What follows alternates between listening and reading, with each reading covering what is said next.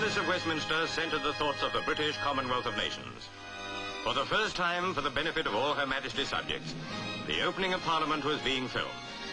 The House of Lords, crowded and glittering, awaited the arrival of the sovereign. The centuries-old ceremony was to be seen by millions who, before this day, could only imagine the majestic scene.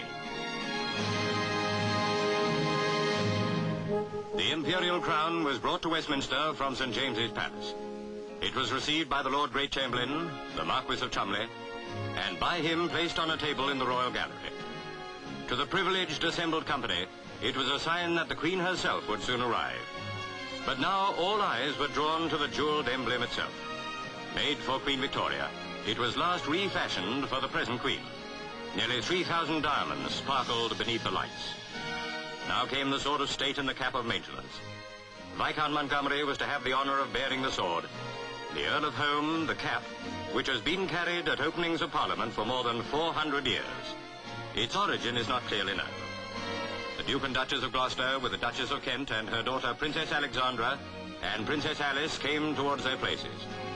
And then the crowd outside welcomed the royal procession from the palace. With this part of the opening of Parliament we are all familiar. The great pageantry inside, reserved so far for the few, was soon to be recorded for all to see.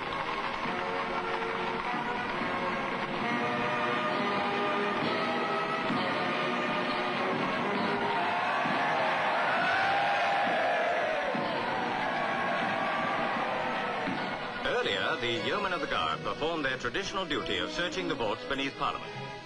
Thus had their predecessors foiled the plot of Guy Fawkes and his fellow conspirators to blow up James I and his Parliament in 1605.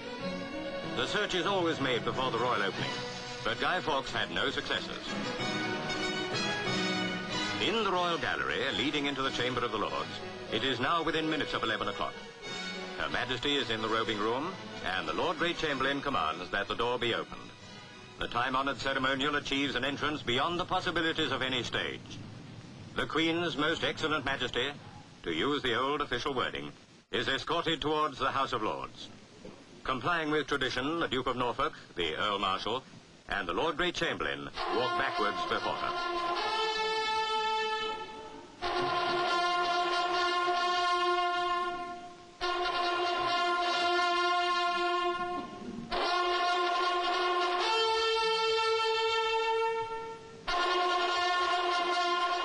Upon the Queen are the eyes of all present, and she is being watched by millions outside these walls.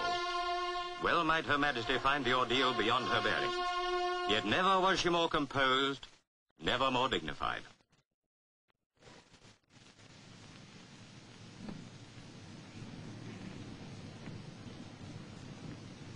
As every schoolchild knows in Britain, but as people beyond our shores are sometimes unaware, the Queen's speech is written for her by the government and outlines the programme of the forthcoming session of Parliament.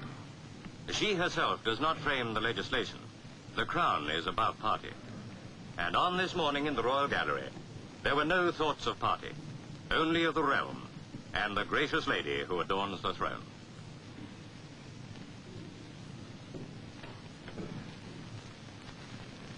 The exalted company of the House of Lords rises as the Queen slowly enters. Packing the chamber are the Lords spiritual and temporal, envoys of foreign countries, and ambassadors.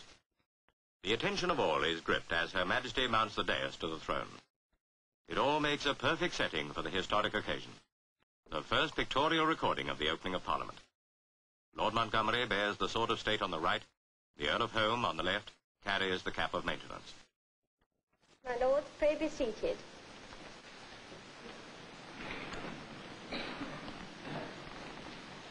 The Lord Great Chamberlain is commanded to summon the Commons. Black Rod, Sir Brian Horrocks, leaves the chamber to convey the message to the Speaker of the Lower House. Present are the recently appointed women life members of the Lords.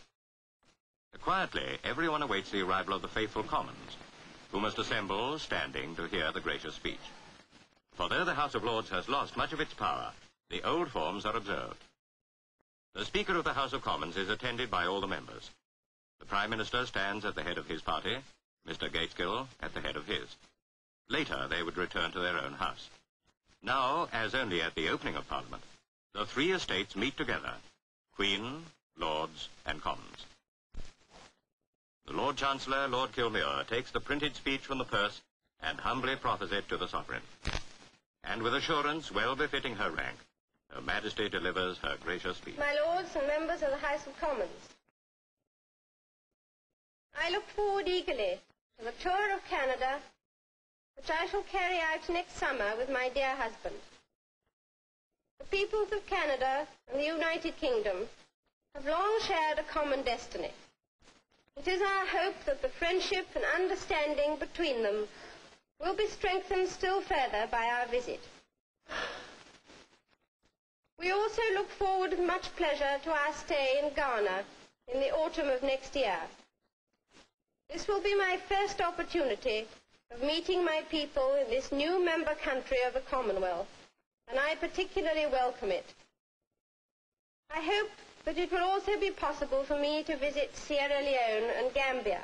My government will neglect no opportunity to promote the advance of the colonial territories and the increasing association of their peoples with the management of their own affairs.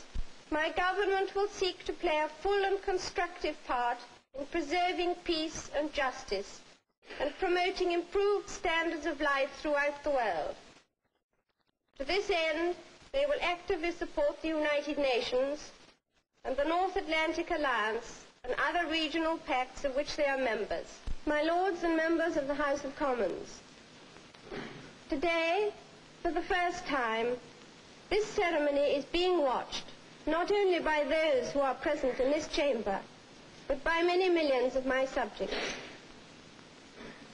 Peoples in other lands will also be able to witness this renewal of the life of Parliament. Outwardly, they will see the pageantry and the symbols of authority and state.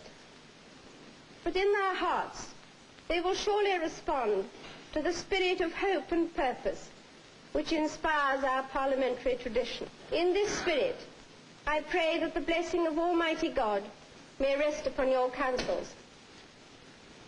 The Queen has opened Parliament, the fourth session of the present one. The Lord Chancellor receives back the printed copy. On this historic day, millions have witnessed the most memorable inauguration of our time.